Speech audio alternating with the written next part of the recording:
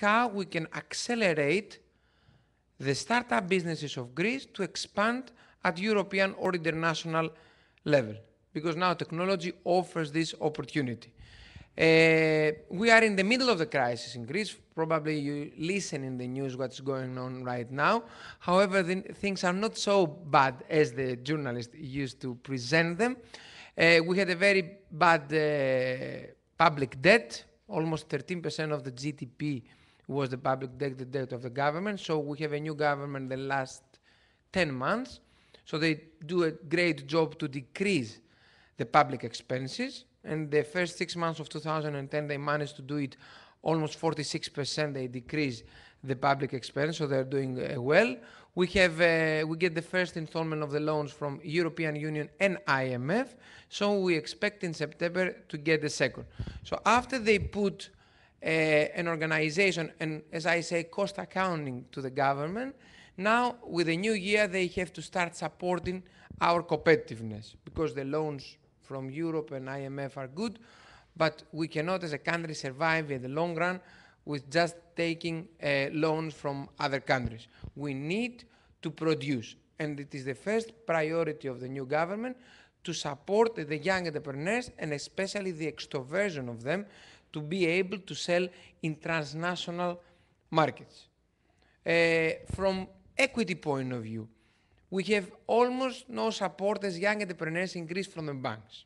As I explained to Les this morning, or give me a ride from New Palace here to the meeting, some of them, they start taking loans before the economic crisis because they had a very good contract to offer services to the government. So the banks, when they see a contract with the government, it was 100% secure. They give loans to them very easily, even without collateral or with some collateral if some of them they had to offer. However, the last 1.5 years, because it was insecurity on the public sector as well because of the crisis, the bank started, putting them in the corner, the young entrepreneurs, and say, now I don't care if you will get the money from the government, I want my loan and the money that I gave you now. So that was one problem from the banking sector as well. Venture capital. We have the last 10 years only some venture capital, but they do not even deal with startup companies and young entrepreneurs. They want to play safe. They try to find businesses that they are already in a mature level. 15 years ago, they tried just to support business to enter in the stock exchange of Greece. Now this is not anymore very, they don't give that a lot of return to them anymore because the stock exchange is as like all the exchanges, very low. And they don't offer risk financing for small businesses. Business angels, they do not exist for the moment in Greece. So we have great ideas with a lot of people with energy and young people. We have almost 30% unemployment of youth in the country right now. So that gives you the entrepreneurial drive that those people, they can have. But we forget about banking sector, we forget about venture capital, and we have no business angels. So I think there's a great opportunity to make those people to expand their ideas globally and see if we can have a private equity in other European or other countries from United States as well.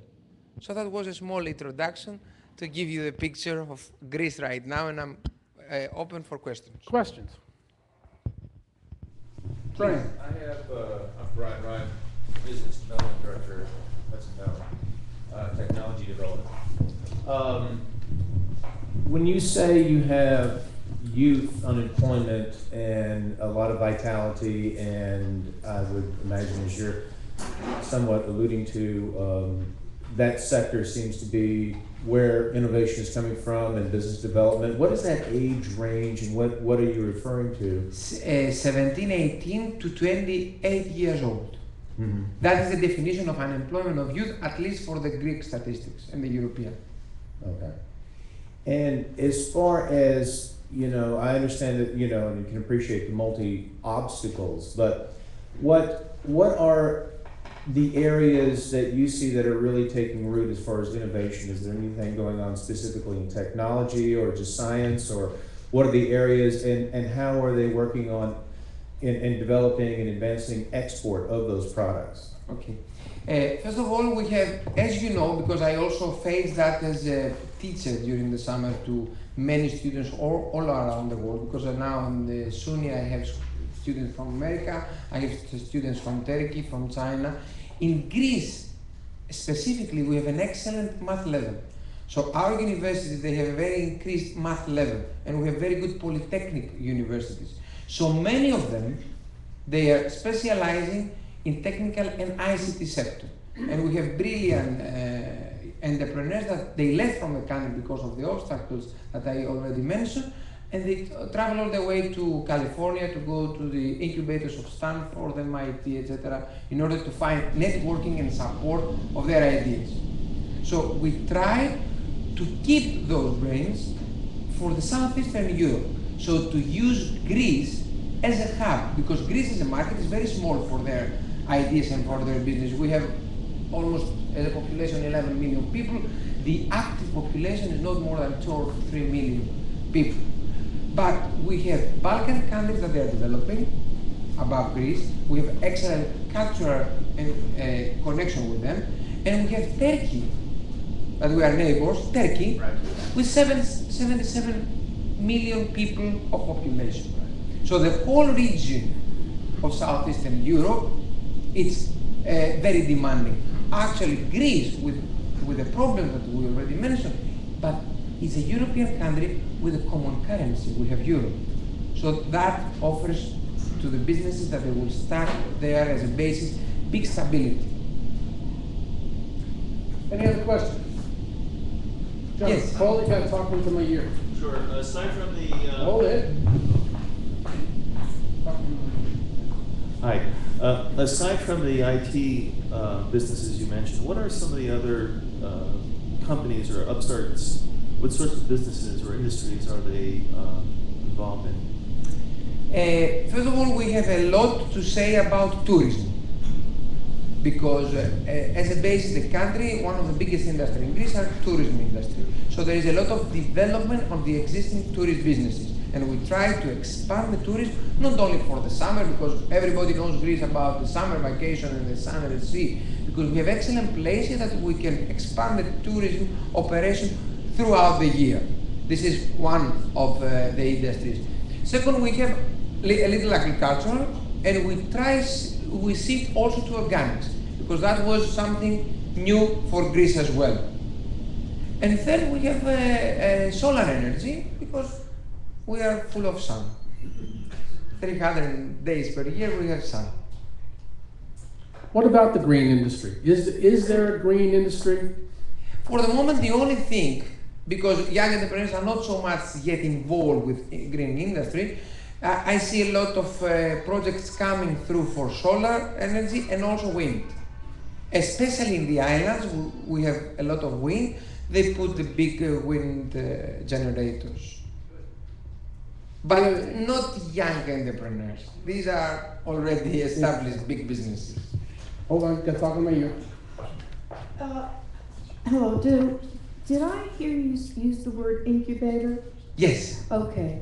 My husband's a writer, and he just attended a group in Manhattan in an office building that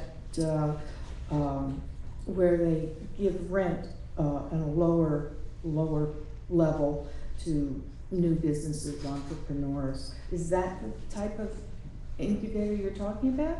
I think Les is more specialist to answer that, but from my small experience, I want to say that incubator is not just to rent an office with low cost. That's just the minimum I can say. The most important for the incubator is to offer whatever you need on a startup phase to give emphasis on your core business. So if I am good, let's say, with digital media development, to work 24 hours for digital media development and all the accounting, bookkeeping, sales, marketing to be supported with people of the incubator. And second and most important, and let's correct me if I'm wrong, we need networks.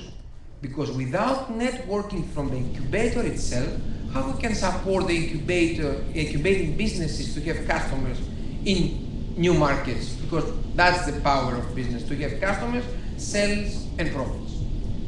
We've been through this metamorphosis of the word incubator, and the word we use in our organization is accelerator. Incubation is an old term. It was developed in the 1980s. Incubation is going through a renaissance of its own. It used to mean inexpensive office space, shared services, and access to certain types of academic research for the promulgation of intellectual property. It no longer means just that. We all have cell phones, Blackberries, iPhones, etc. that don't work all the time, but we do business from there. The business methodology has changed. Therefore, the way we groom new companies and entrepreneurs and train people to become entrepreneurs has also changed. We don't need the large infrastructure. It's no longer a requisite of doing business. Going to an office is not a requisite to be in business. And we find that here in this country, as opposed to in Greece, our largest entrepreneur demographic, to come back to your point, is between 28 and 34. Our second largest demographic of entrepreneurs is between 55 and 64. So we have some different issues. But our entrepreneurs in the 55 to 64-year-old demographic aren't necessarily destitute, not necessarily unemployed or unemployable, have some levels of expertise, a knowledge base, Rolodex. Someone said to the other day, what the heck is a Rolodex? That made me feel very old. It's right But there with the typewriter. it's right there with the selector typewriter. You got it. Hold on, Marcy. Talk into the ear. I just want to share where my company is going, and I'm with the Holiday Inn, IHG, an international company, one of the largest hoteliers in the world. And we were told by our company that they expected everyone to be on Facebook, individually as salespeople, but also our hotels. And then the next push was, to build up our fan base. But the interesting thing was, once I started about 8 months ago on Facebook, looked around and saw really what is capable of happening to a business on a site such as Facebook. And just the other day, because I love jewelry, I saw this sea glass company from California. Beautiful, beautiful jewelry. I would never have come in contact with his business at all, except that it was on somebody else's Facebook, and I said, well, this is pretty. The point I'm trying to say is that if I were a Greek, a young Greek, the first thing that I would do if I had something to sell would be to think outside the box and where business is going to go. And if people don't say, Facebook doesn't work for me, well, most people like myself, they're shopping at, 2 in the morning. They're looking for the next political candidate at 11 o'clock when they finish their own business. But the point being for Greeks and young Greeks, and I've spent a lot of time in your country and I love it, is the fact that they don't have to be isolated from the world because it's a worldwide market. And for us local people, I really want to say something very seriously, that if you are not internet specific and if you don't have that capability, you are missing the train. To that end, yesterday, anybody hear the Amazon announcement that they have finally started selling more online books than they have physical books? That came yesterday. Arthur.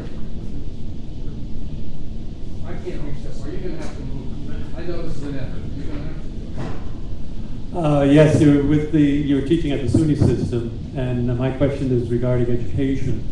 And Les and I have talked about this before. We, in the SUNY system, have 30 community colleges, and economic environments like this, our enrollment goes way up. And I'm just wondering what type of educational facilities do you have? Do you have a community college system, or how can a young entrepreneur, gain something from a technical school or community college and the like? You mean in Greece? In Greece. Okay. Not here. We know what's going on here.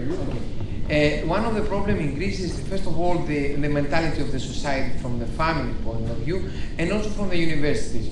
Because we have excellent universities from knowledge-based wise, but they never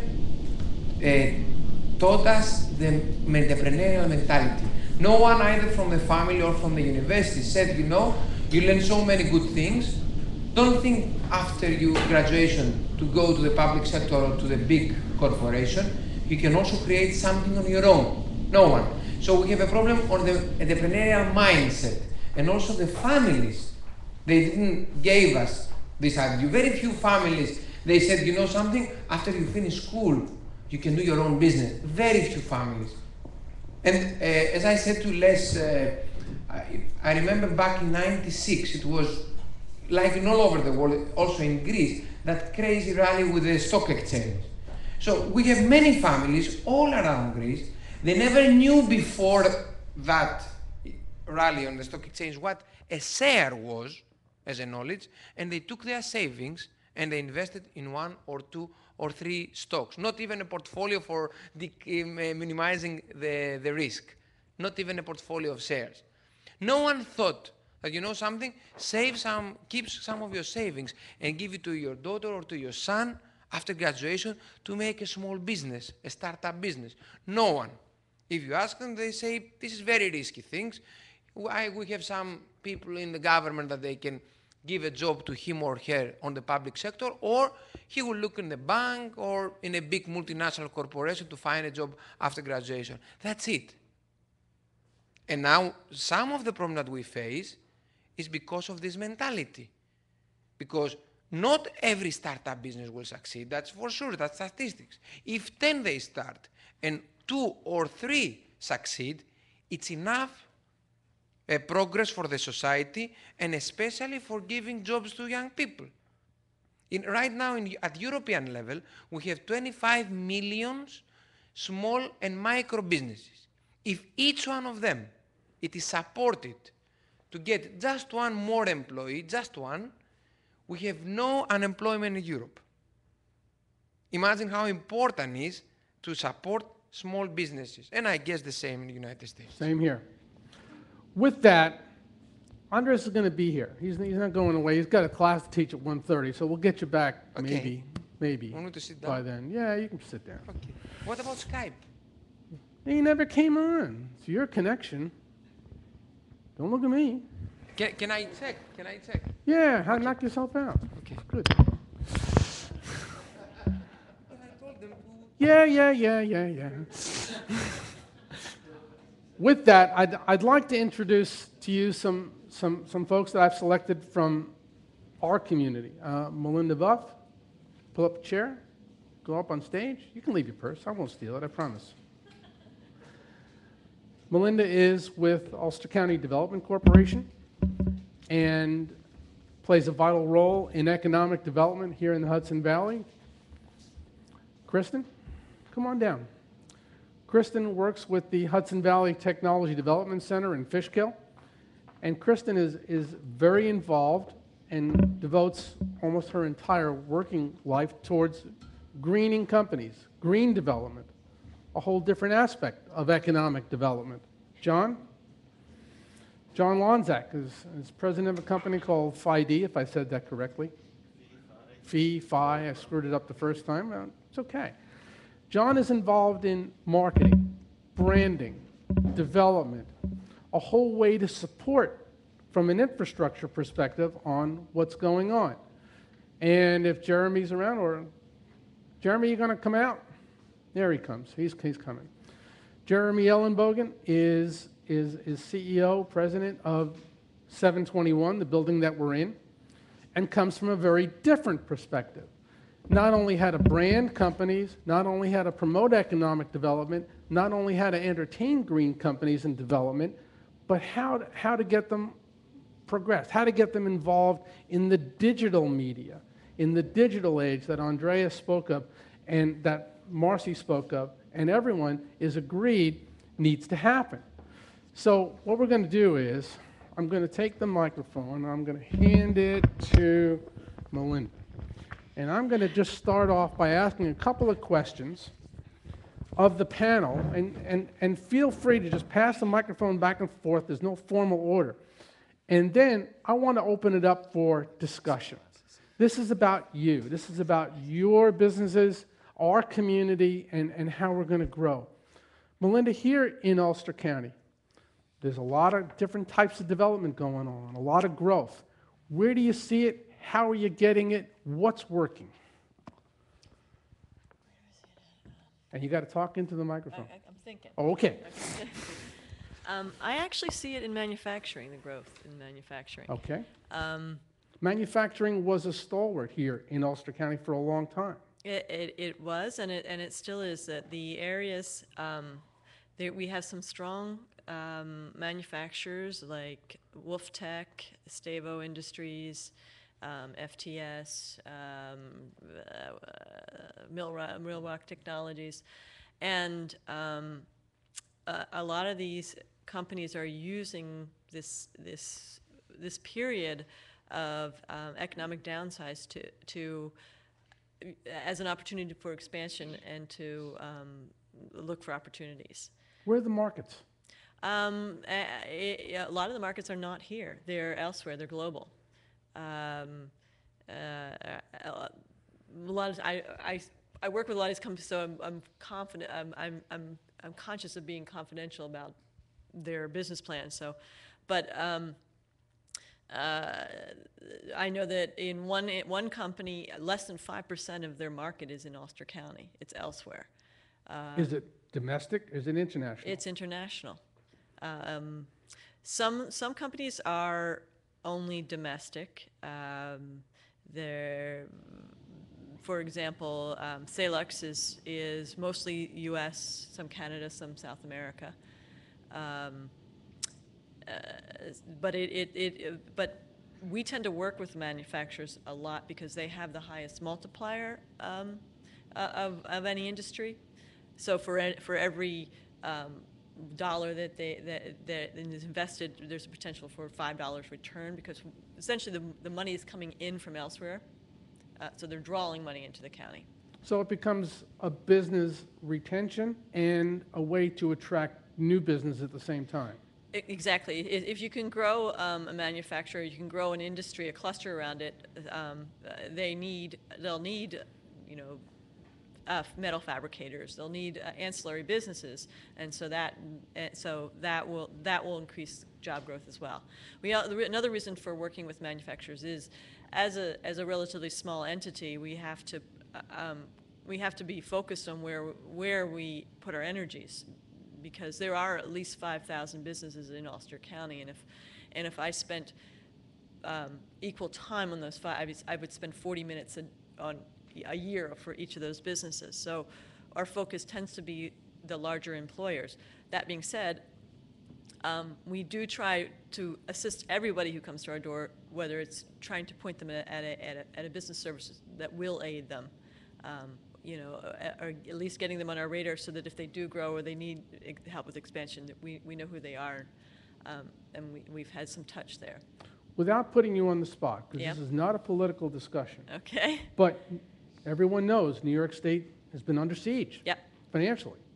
IDAs have been under Yep. siege. Yep.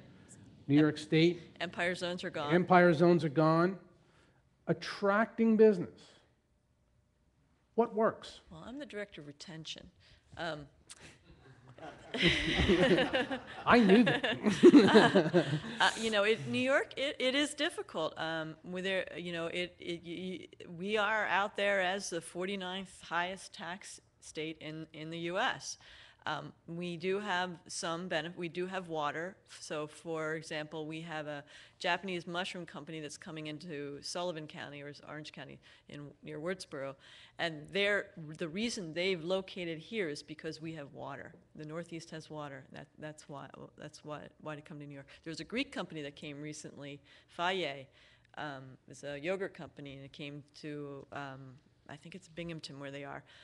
It's a $100 million investment. They came because of tax incentives that New York State offered to them, and the local IDA offered to them. So the only way that we can the way that we can attract is through our natural resources. We are also we have the best public college system in the States, so we have a highly educated workforce. We do have a number of headquarters here, and that's the way we work to attract businesses. Kristen, green business. If there's a word, if there's a phrase, which is on the top 10 words that shouldn't be used, it's green. But we like it or not, green is here to stay. Everybody wants to green their business. Why would somebody want to green their business? Well, I guess... And what's the definition, if you can find one someplace? To me, greening your business is about becoming and making your company environmentally and socially aware of what's happening and showing that your company cares about the environment and your employees. And that can come in many ways depending on what type of company you are. So I want to make sure I hit your first question. What was your first question again? Why would a company do it? Yeah. So, as far as coming in many different ways, it may be making sure you have energy efficient lighting on a simple basis. But if you're producing a product that is sourcing its supplies from many different countries that it could source in the United States that's a little bit closer, or if you're producing a product that basically has the cradle to grave process as opposed to a cradle to cradle, where your product ends up in a landfill, that's another opportunity for your company. So being environmentally conscious, like I said, depends on what your company does. And then why would a company do it? Well, aside from just the feel-good piece of it, you could make changes that are saving you money because you're saving electricity. So it's bottom line. Bottom line, for sure. Saving on your water, because now you're possibly recycling your water and not dumping everything down into the ground, and so that you can save there. You could possibly save on your landfill because you've decided you can, or you figured out a way to recycle some of your products, or another company will take them, so you're not adding to the landfill, and therefore you're decreasing your cost of your landfill. Of your waste disposal. Are people listening? Are people as in companies, or people Companies. as in consumers? Companies. Are they listening? I think companies for a long while have felt that making changes, they know it's the right thing to do. I think because of the recession, they were a little reluctant to do it because they just wanted to survive, and so they're looking for ways to keep their company afloat. I would also say, though, that right now, companies are starting to now act on that, and they feel, all right, now is the right time to start moving forward on this, because they do see the potential, not only from what they can do for their company, what they can do for their employees, but also what they can do for a marketing side of it. John, what do you think? Are businesses listening? Are businesses reacting to a new socioeconomic climate? Are they marketing differently? Are they promoting themselves, branding themselves differently than was before? What do you see? Well, first off, just to follow up on the green thing, green is green, and businesses are making changes that are going to save them money or allow them to use their money differently. From a branding standpoint, I don't see drastic changes given the economy with how people are presenting their brands, but I think I see new brands developing and a certain directness and honesty in communication. People aren't over-promising. They're basically supporting their brand better because that's about all they can do. The other thing I see going on is that companies are investing in new product development because that's their only opportunity for growth. Essentially, over the last 15, 20 years, these companies were maximizing profits by scaling back. And in part of that scaling back, they've lost their product development cycle. So now I think they're a little bit gearing up. I mean, everyone I know in product development is busier today than they were a year ago. And that's amazing to a lot of people. That whole cycle has begun an upturn. Well, I think cycle is key here. Everyone, depending wherever you are in your business or type of business or industry or your service, is on a different part of that cycle.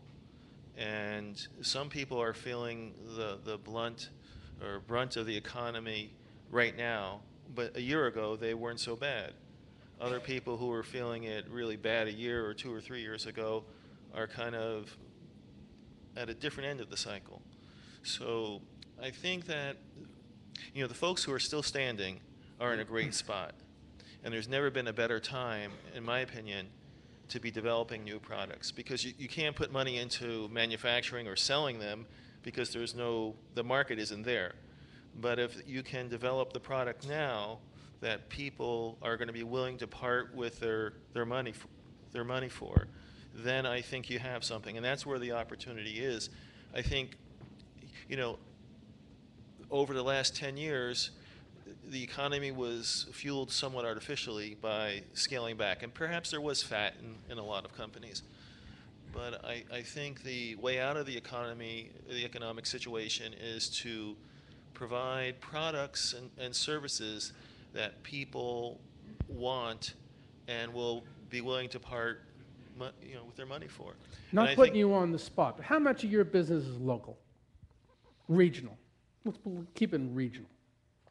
I would say today a large part of it is. And that's a good thing. Yeah, I think so. Although I've shifted my own market. I used to work with larger international companies, and I've been focusing on smaller companies from startups to $50 million a year companies. And the reason I did that was I changed my business, and I couldn't support those larger projects. There was lots of competition for those larger projects, those larger companies, and oddly enough, the dollar volume was decreasing. So it's a leaner, meaner organization. Yeah, I think everyone has to, just like you have to do at home. You have to do less. You have to do more with less. And yes, you do.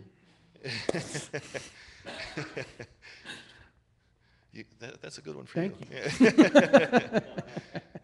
I'll give that one to you. Jeremy, you've been involved in digital media, new media, with both large companies, small companies, national companies, international. How do you see your business developing? This place is just growing leaps and bounds. Why?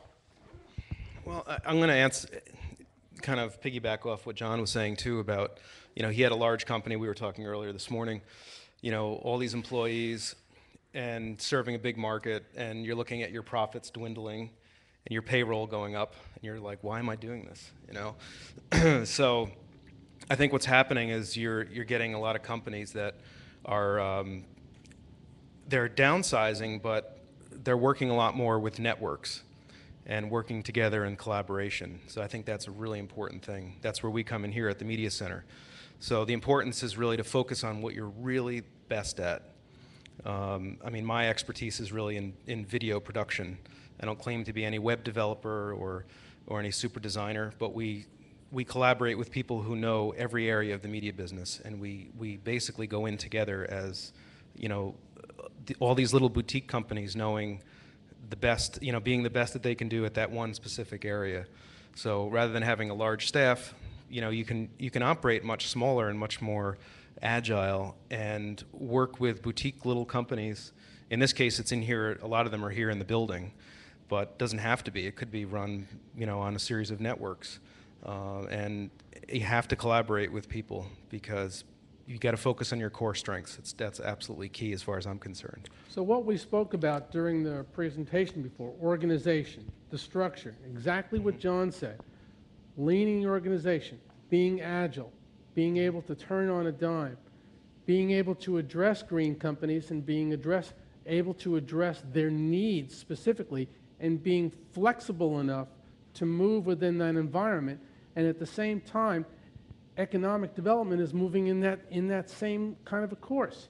You've got to change your focus depending on your market, which is very different than business was a number of years ago, where you stayed static within a market. This is what we do, and this is all we do. Can't do that anymore, can you? No. I wanted to talk a little bit, when Melinda was talking about, you know, large companies growing, and I think that's great. I know firsthand, I work with Tech City on a lot of projects and help them get to where they are just in the past year and a half. And that totally works together, where you have complementary businesses working together. You have a person that can supply raw materials within the same campus or in the same region, and it keeps your costs down, shipping costs. Plus, there's an accountability. You know, you can walk across the street and say, "Hey, where's my raw materials?" You know, and it, you know, it makes you, you know, it's a whole partnership. You know, so you have the end product, but then there's all the raw materials and services that are corresponding that all have to work together. But I do think the area of growth is going to be in very small startups, entrepreneurs, service companies, and we really need to support those as much as we can, because that's where a lot of the innovation is going to come from. And I know you're doing that, Les, with whether it's a business incubator or just, you know, budding companies starting up. I think that you're seeing that happen a lot more. I think a lot of it's caused by the fact that some people, especially you were mentioning about the two sectors, 55 to 64, you said. I think that age group, they're just having trouble finding jobs if they've been laid off. And what better thing to do is start your own company. And I think, right, what are you going to do? You know, I mean, they don't want to collect unemployment. It's I mean, necessity. you can, and you're not ready to retire at 55 or 60. So you start your own company, and we have to, everybody has to support those people, I believe, because that's a lot of innovation is going to come from that area. Melinda, you're seeing a lot of, I won't call it advanced age people coming. How do I say that? Come on, what's a good term for? Hey, I just got my ARP for me? card. It's not a senior. Seasoned. Are you seeing seasoned people coming into the area? Coming in, again, I From work a with the business perspective. retention guys. So, and I don't work that much with startups. When people do come in, and the people who do come in who are startup, and I do see it all age ranges, but I think I do see probably more in my generation coming in. We're seasoned. But the way we work is essentially we're kind of further along your process when you want to get to us for a startup. So we'll send you to places like the Small Business Development Center to work on your business plan, or depending on what area you are. Like if you're in agricultural, we'll send you to the Hudson Valley Agribusiness Corporation. We'll look at sort of where you want to be and trying to help you find the resources.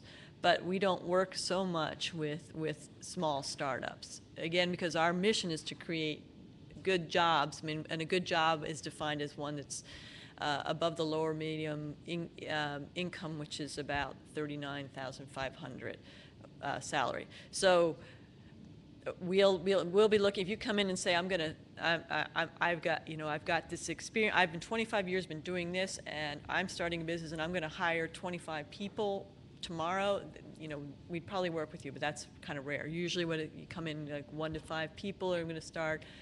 So we try to send you to the places that can help incubate or accelerate you. Kristen, are you seeing people who are seasoned as interested in green, as interested in being ergonomically, environmentally conscious as you are with your generation? Not as seasoned? I say. 5 minutes, we'll bring them on. I guess that's a little hard to answer only because, working with a company, it's more about what the company is looking for, what the company goals are, as opposed to the individual that's inside the company. I guess I'll say, out and about on the streets. Let me yeah, change I think the there's. question. I'm going to change the question midstream. Okay. Social conscience. Social conscience. What's your target? Who do you see? How are they responding? Is it younger? Is it older? Is it across the board? Who's got the social conscience to want to change, to want to do green, to want to be more environmentally sensitive, reducing our carbon footprint? Who does it matter to the most? Yeah, and that's somewhat where I was going. I guess it can be any age range because it depends on kind of what their goals and convictions were kind of growing up. And so I've seen, regardless of the age, it's more dependent on what their background is, what their passions are. If, it's someone who's always liked to hike and go outdoors, they have more of an inclination towards making a lifestyle change to make sure everything in their life is fitting that and protecting the environment. If it's a young person who's looking to get a great job and make a lot of money and buy sports cars, they have less of an inclination to care about the environment because they have different goals. Did that answer your question? Do you have? It's kind of an easy question for a lot of the companies I work for. It's about operational efficiency, and being green a lot of times is about operational efficiency, so it's a no-brainer. So it doesn't matter what your political, social consciousness is. It's making your business more productive and profitable. Bottom line. John, you see the same thing? Yeah, I think basically I think most people want and feel the same things, and there may be various degrees in terms of their acceptance of green or change in their lifestyle, but I don't see anyone being not interested in being a little bit greener, if it's from an economic standpoint or from some other standpoint. I think everyone has the same interest. I don't think people want, and I think as a rule we've been sold on it already. What hasn't happened is the product and the services aren't able to deliver on the goods yet. You run into my next point. Yeah. Thank you. All right, here we are in the Hudson Valley. We got a state that's essentially totally dysfunctional, out of money. We got a federal government, this is not a political statement, that really doesn't support small business. How do we grow? How do we do this as a community? Jeff, how do you do it? Hey, you got talking to the ear. Well, I think a lot of it is, what was already mentioned, a lot of it is collaboration. Finding those businesses that you can work with. The outsourcing piece of it, I think, is important. And I think a lot of it is going to be political. Even though it's not a political statement, I think we need to be aware of how important small business is and the impact that our leadership has had on that. Okay. Well, I was coming to you next anyway. John's in the PR business. John sees it every day. Thanks, Les.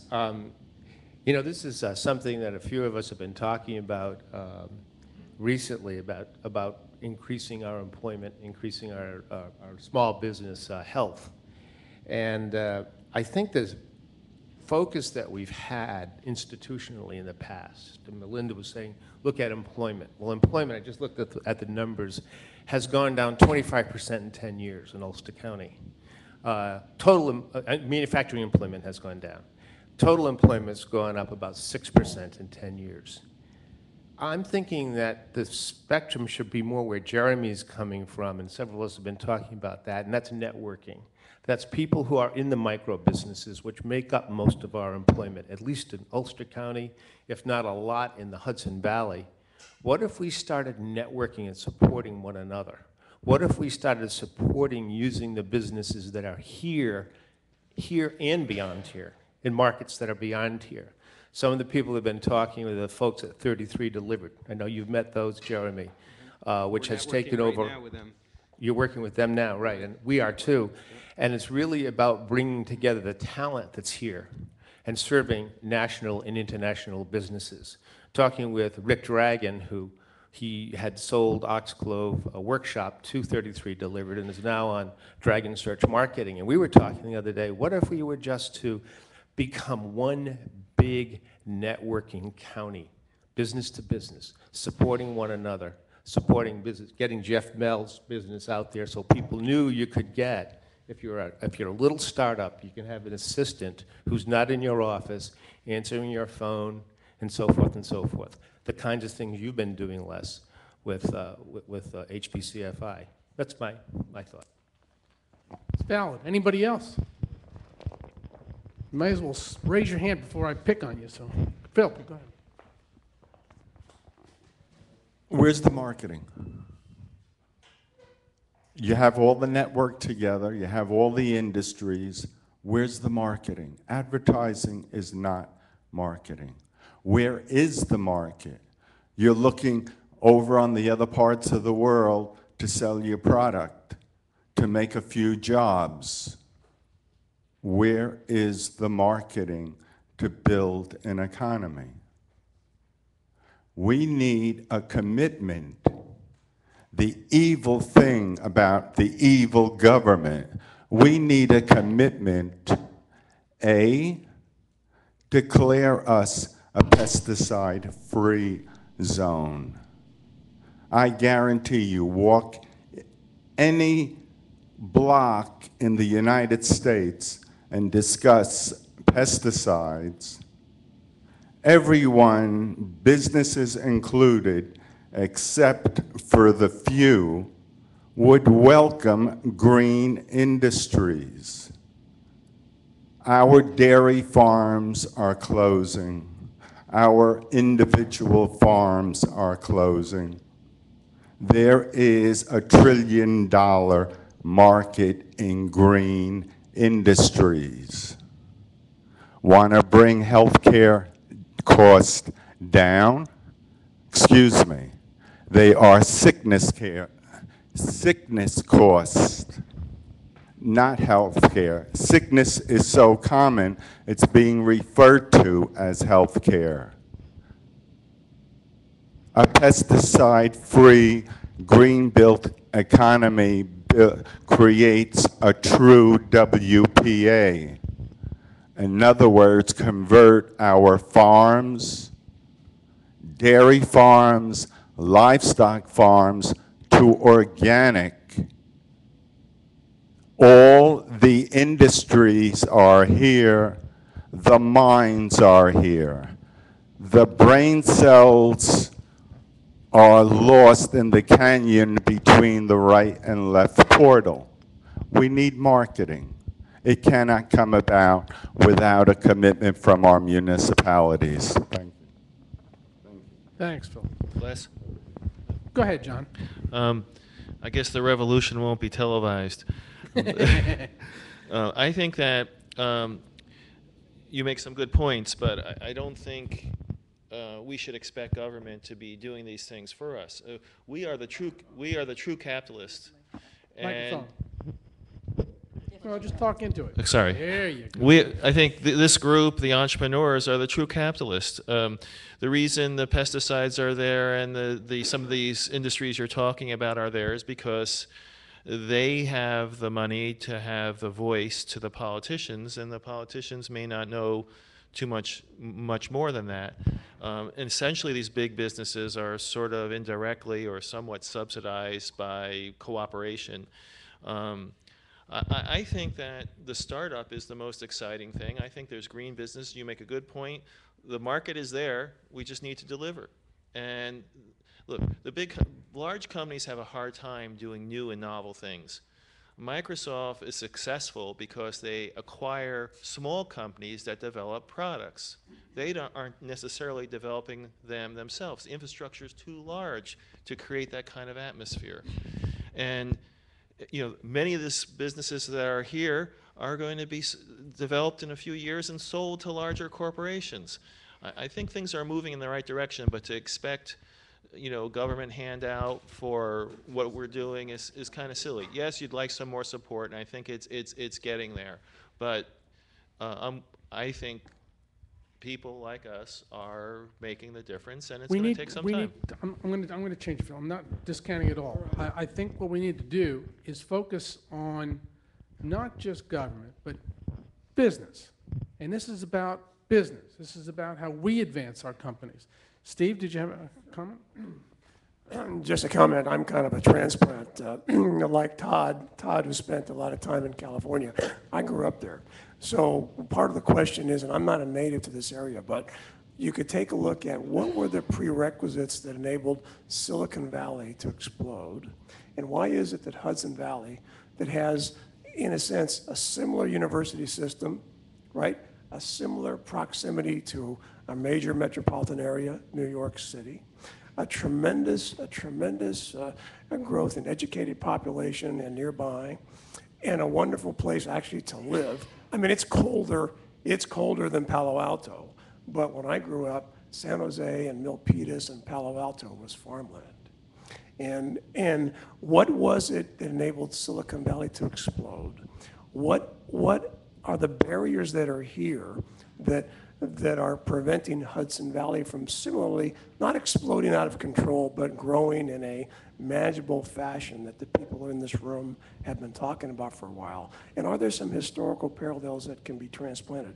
I don't know enough personally about the Hudson Valley area, but there are a lot of prerequisites that exist here. What would it take to be able to have Hudson Valley be a lot more like Silicon Valley and have that be, in a way, Silicon Valley East?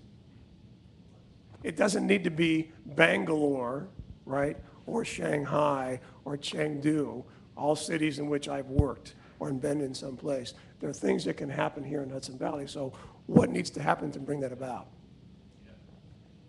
Well, I don't know if the panel is on. I'll come back right back to you. You know, I'm going to generalize for a second. We've been discussing for, 5 years, give or take a couple of months, the regionalization of what we all do here. That it's not one county against another county, it's not one place against another place, but to be agnostic and to be thinking in a different direction about making the Hudson Valley a place, a Hudson Valley, like a Silicon Valley. I don't know if anybody knows the counties that are in Silicon Valley. There are several places in Silicon Valley that comprise what is Silicon Valley, as there are here. We have the infrastructure, we have the academics, we have the workforce, we have the will, we have the major media center in the world and financial center in the world just to our south. We have one of the most sophisticated nanotechnology development facilities in the world to our north. We got the brains, we have the means. Now it becomes incumbent on us, just as John said, to kind of congeal a lot of this energy and make this into a very unified effort, not focused on one place or one county or one thing or one company or one technology over another, but to do this together. We have all the ingredients. Brian, did you need to talk into the ear? Thanks, just real quick. My background has been in business, it has been in politics, it's been in the entertainment industry.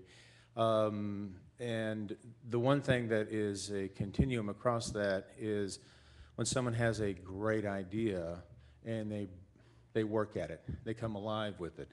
And it's so exciting to see that happen, to see business innovation, to see people take their ideas and just work at them. So I would say that this forum is one of the better things that we can do in this area and in the country, is to keep reminding ourselves that what made this country great is innovation and the individual, not necessarily the collective, that really fights for that different product and everything else.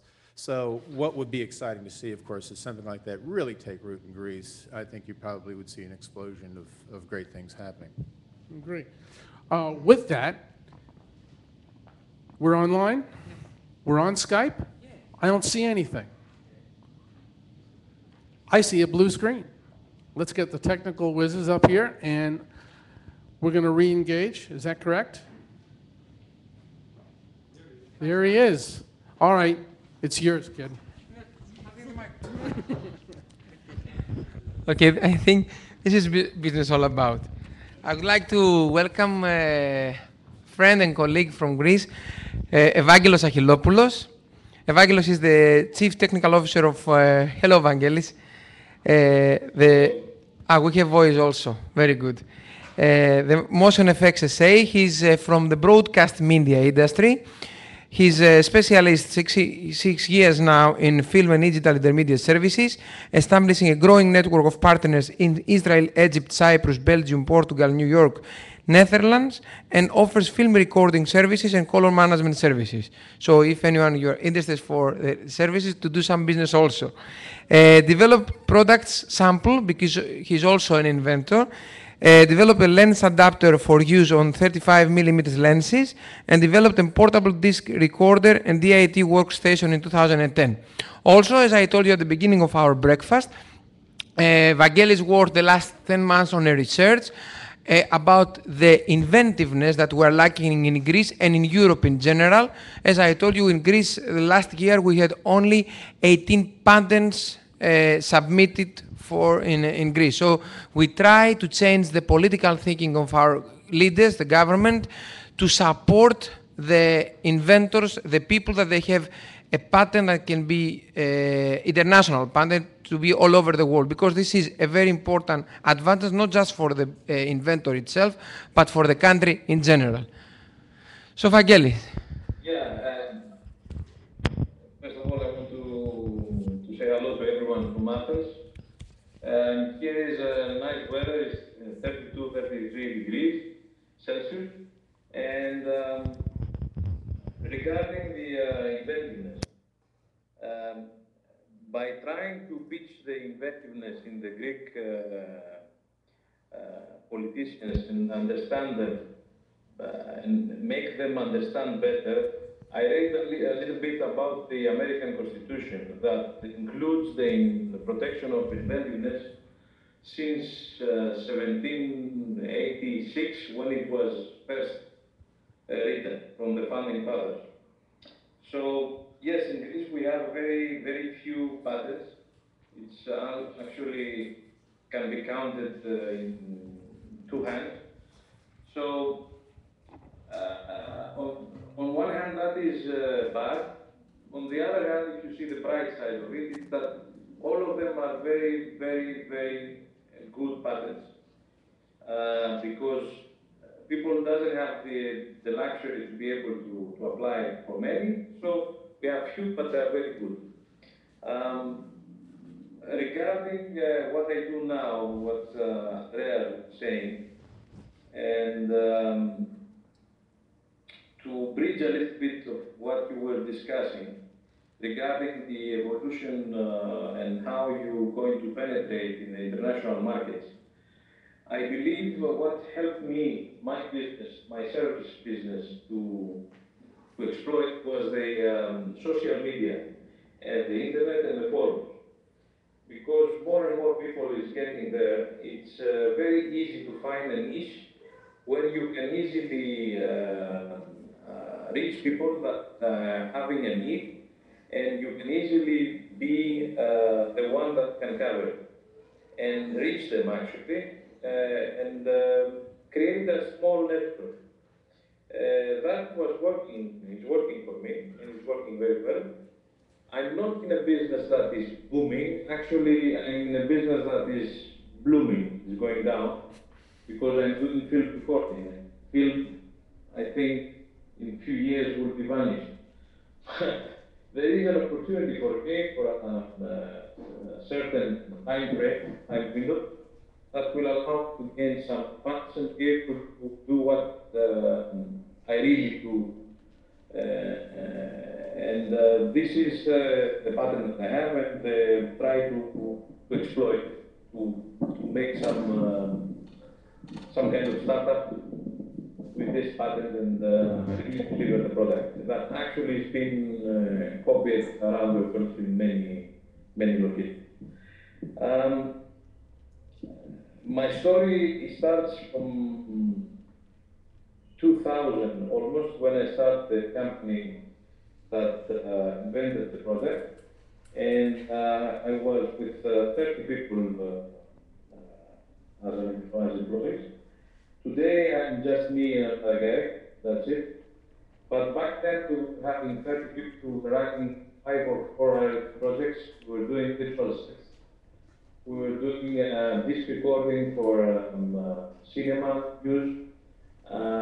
Actually, we were pioneers on that. Something happened, and one of my main shareholders backed, and my business went down. The pity was that at this point we were having a green light from a venture capital firm in Athens that was found that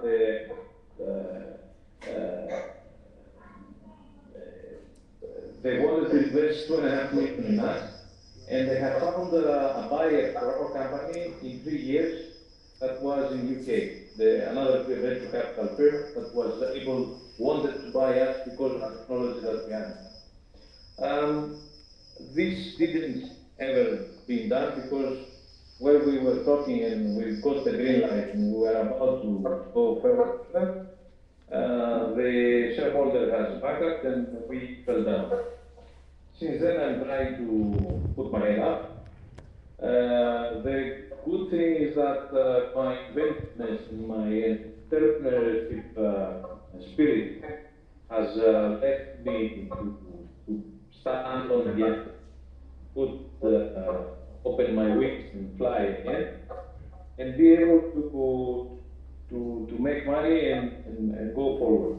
Now I'm on a point that I'm working with this service that I have. I'm trying to find funds to make a startup happen.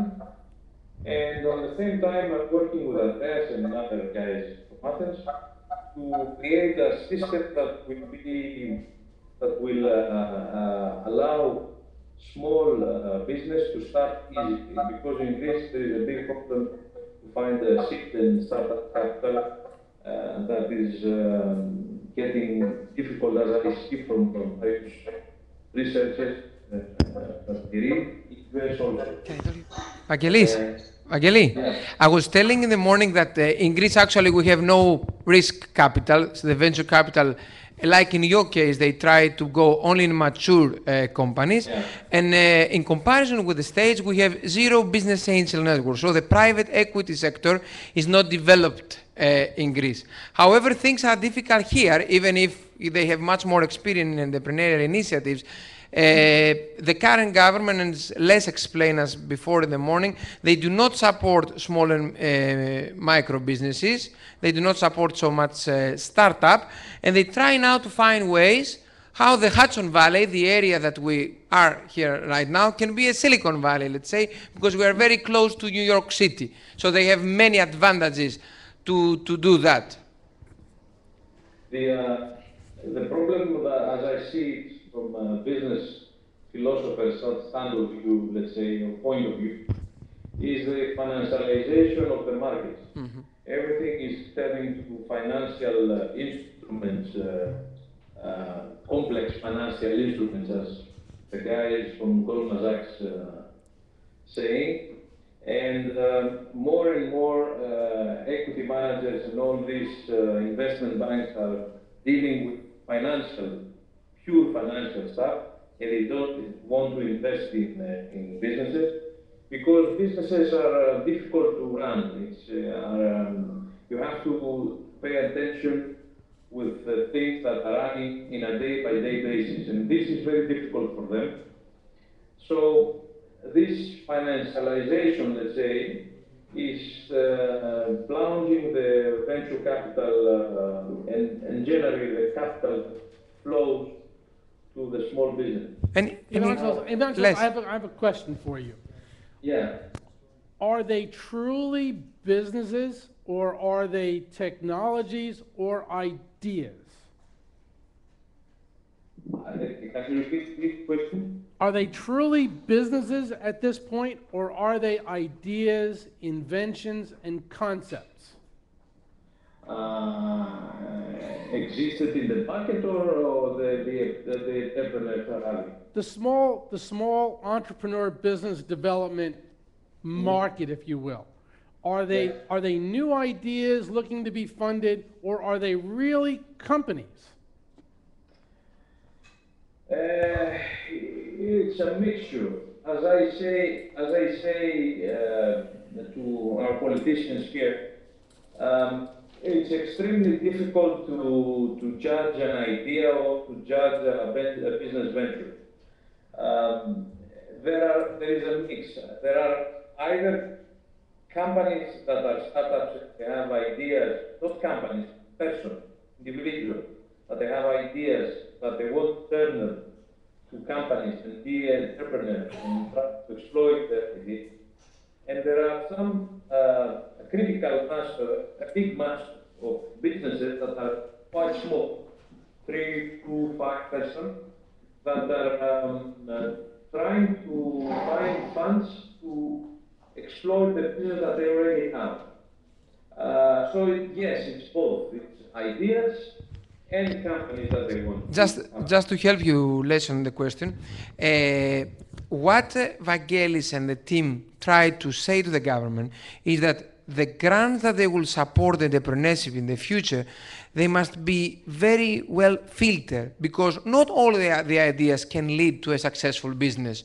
So first priority are the businesses that they may have a patent, because it's a very strong competitive advantage, especially if it is triadic patent. We don't even talk about that. And then slowly to exist a mechanism to filter which ideas finally can get money to be viable businesses. Because if my business grows with 10% per year and Vangelis or someone else grows with 40%, they have to get the grant, not myself. Because in 2 years, most probably, I will not have a business, and it is a problem for the market in general. So that's the general idea. I have one more question. Your English is wonderful, okay? Not perfect. Not perfect, neither is mine. And I also noted from your CV that you're doing a lot of business internationally. And so there's 2 questions I have. Number one is, what inspired you to go international as opposed to local? And number 2, how can we collaborate with you here on products, inventions, services that you may have, that you can begin to find new markets, and we can begin to find new markets for our products and services as well? I'm thinking that I already have a client, I already have a partner in New York. It's a small studio in Manhattan. And I'm trying to go forward by finding partners through the internet, through the forums. Now, what you can do to assist me, or me assisting you, other guys to come in Greece and sell. To this point, I have something that is more selfish, let's say, because a business is a selfish. Is a selfish entity, because it tries to make big, it has competition, so it's difficult. you either searching for partners that are going to be business partners in terms to sell your product or your service, or you are going to collaborate with someone that is already doing something that your product needs in order to collaborate. The other way is to use investments, money, capital. I believe the part of capital, the part of sharing technology is the one that can work. The growth of the network in order to resell products in my country or in another country, it depends on the objectives that they have, the two parties. And this is something not easy. It's a chemistry. So why I did think globally first? Because I think that either think globally or die locally. So Greece is a very small market. So if you don't think globally, then immediately you have a problem, because the market is very small and very, very difficult.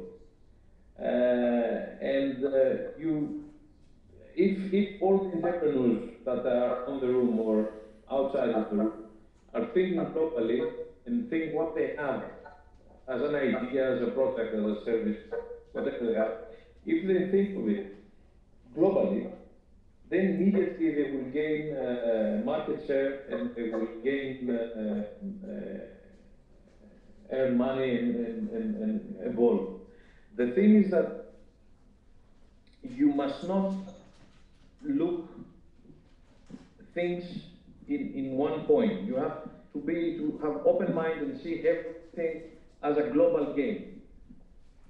So if I answered the question. You did. Last week, Les, we had with Vangelis a meeting. Actually, I was doing Skype with them in Greece, with the first community of 20 young entrepreneurs that they want to make between them a peer-to-peer support. Because as I told you, there's no private equity. So they said, we all of us invest money for the next good idea between us that it's worth it to give money, either for seed capital or, if it is already mature, for startup financing. And we try to increase that, because if we expect the governments, if we expect the venture capital, it will not be any more young entrepreneurs. Right. Thank you very much for coming on this morning. It's been great, and I hope that Thank you very much, Vangelis. when you come to New York, you'll come visit us. Vangelis, they ask you, what is your website? The website is it's on development right now, but it's motionfx.gr. Okay. The Motionfx.gr. letter F and the letter X.gr. Thank you very much. Thank you so much. Have a good afternoon. All right. Bye-bye. Bye-bye. Well, I think you've heard a lot of perspectives this morning. There's a lot of things to learn. There's a lot of things to do. We've got a long way to go, and I think we have the talent and wherewithal to get there. Thank you all for coming this morning. I appreciate it. We're not going to do a breakfast in August. We need a break, but September's is going to be phenomenal. So come back. Net Zero is going to present. We'll have a great meeting. Thank you all for coming, and have a productive day.